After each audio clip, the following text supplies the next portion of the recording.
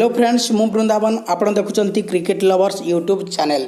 तो फ्रेंड्स आपन जदि क्रिकेट रो जने बड़ फैन ताले निहाती भाबरे ए वीडियो को गोटे लाइक करंतु आ क्रिकेट लवर्स यूट्यूब चैनल को सब्सक्राइब करंतु फल क्रिकेट खेल संपर्कित समस्त तथ्य ए चैनल रे आपण माने पाई परिबे।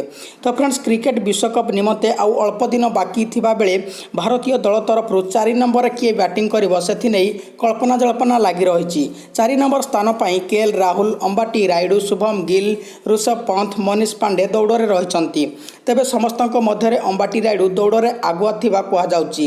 न्यूजीलैंड विपक्ष पंचम वनडे मैच रे रायडू चमत्कार बैटिंग प्रदर्शन कर दल को विजय करिबारे प्रमुख भूमिका ग्रहण करथिले।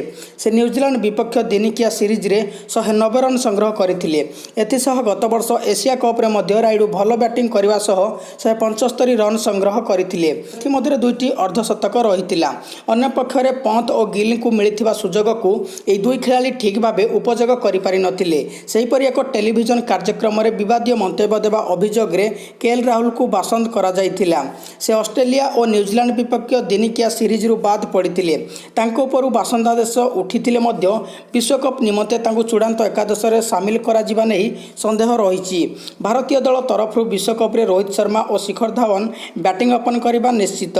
सेहीपरि दलर अधिनायक विराट कोहली 3 नंबर बैटिंग करबाकू थिबारु 4 नंबर रायडू बैटिंग करबाकू सुजोग पाइबा सुनिश्चित बोली क्रिकेट पंडित माने मत व्यक्त करिसंती। तो फ्रेंड्स निहाती भाबरे आपण कमेंट करंतु जे जो 5 जण बैट्समैन अछंती अंबाटी रायडू, शुभम गिल, केएल राहुल, ऋषभ पंत एवं मनीष पांडे एमान को बदरु किए 4 नंबर प्लेस रे खेलिले इंडिया टीम पई गोटे भल सुजोग रहिबो। निहाती भाबरे कमेंट करके जणाइबे। तो ये गोटे थिला आपण मानक पई इन्फॉर्मेशन। वीडियो भल लागिले लाइक करंतु आ क्रिकेट लवर्स यूट्यूब चैनल को सब्सक्राइब करंतु। धन्यवाद।